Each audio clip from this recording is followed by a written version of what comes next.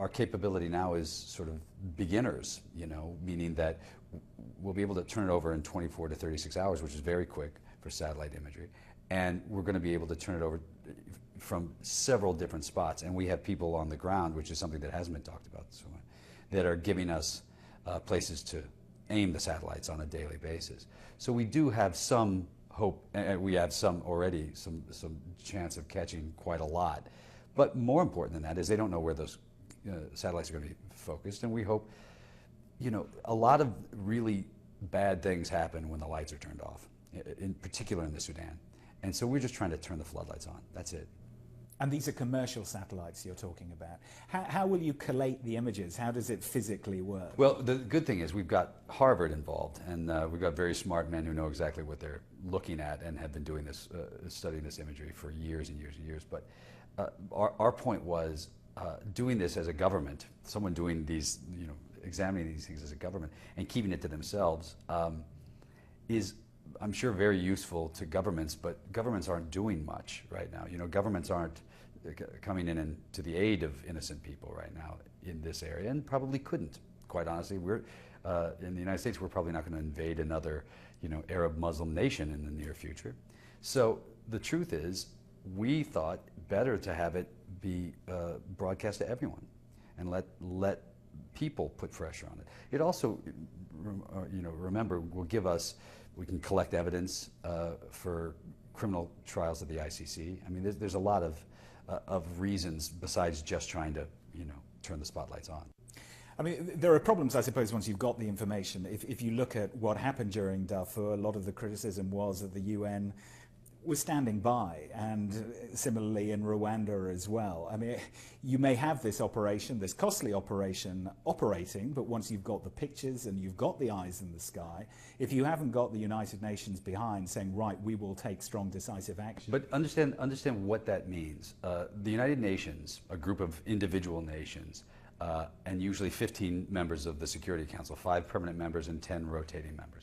Those people are the ones who can decide what the mandate should be for protection of the people. They're already UN peacekeepers. They're more than anywhere in the world. It's concentrated in that one country. But their mandate says that unless they are personally attacked, unless they are fired upon, they're not to come to the aid. So the mandate needs to be stronger. You're absolutely right. So our job is, and part of our job is, to try and create more pressure on the Security Council, on the people who veto raising the mandate. And we're not talking about invading, we're not talking about NATO, we're talking about literally if you're standing there and villagers are being shot in front of you, that you stand up and say, don't do that anymore. You get in between them. Now that's something we can try to affect. I've been in those rooms and seen how desperate the UN is to be able to do more.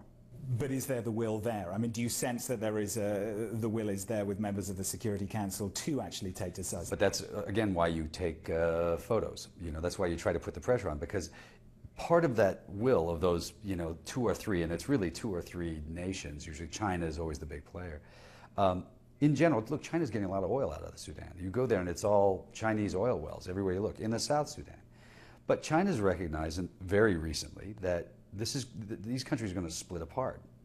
And if they don't want it to become Nigeria, where they start blowing up oil wells and taking Chinese hostages, because the South is not going to fight a conventional war if they have to fight a war. They're not going to stand, soldier to soldier and shoot away. It's going to be down and dirty. And so China's come out and said we're going to recognize the South when they secede, when they split off.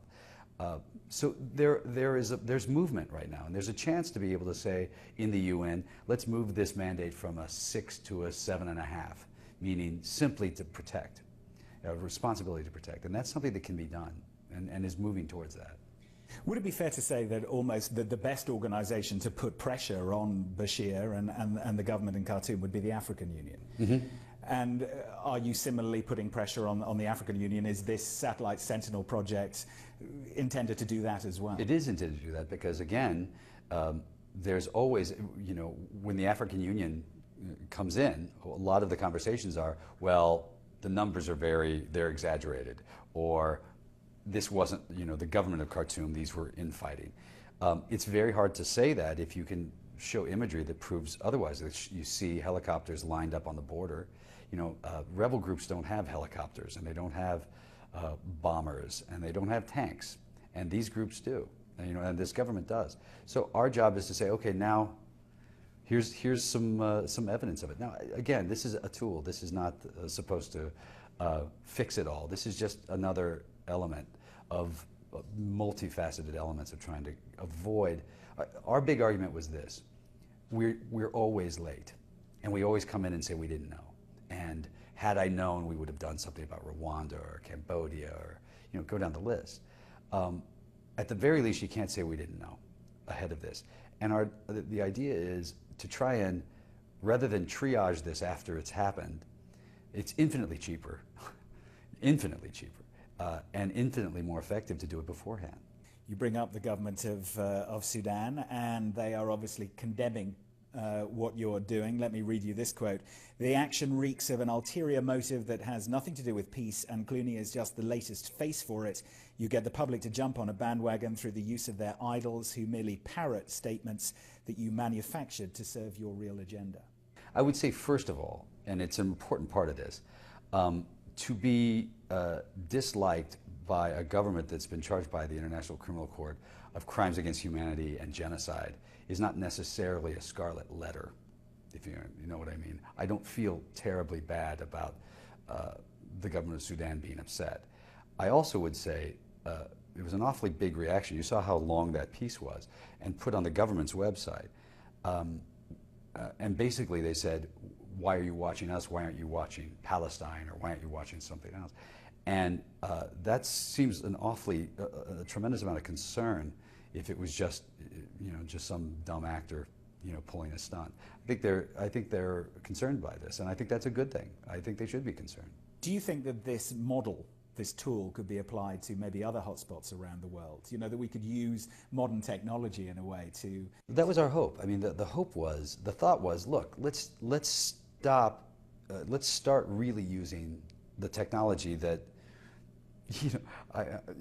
I was always laughing because, I spend, you can Google Earth my house anytime you want and go right down onto it, and, please do. It's not in real time, it'll be 3 months ago or something like that. But it seems like if you could do that to me, then I want them to enjoy the same level of celebrity. I want people who do really evil acts to enjoy the same level of celebrity that I do.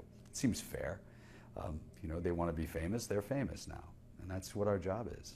And if it works, and if it's helpful at all, in any way at all, if it's helpful, then it's worth doing everywhere, because it's infinitely cheaper than bringing them all into refugee camps and trying to keep them alive.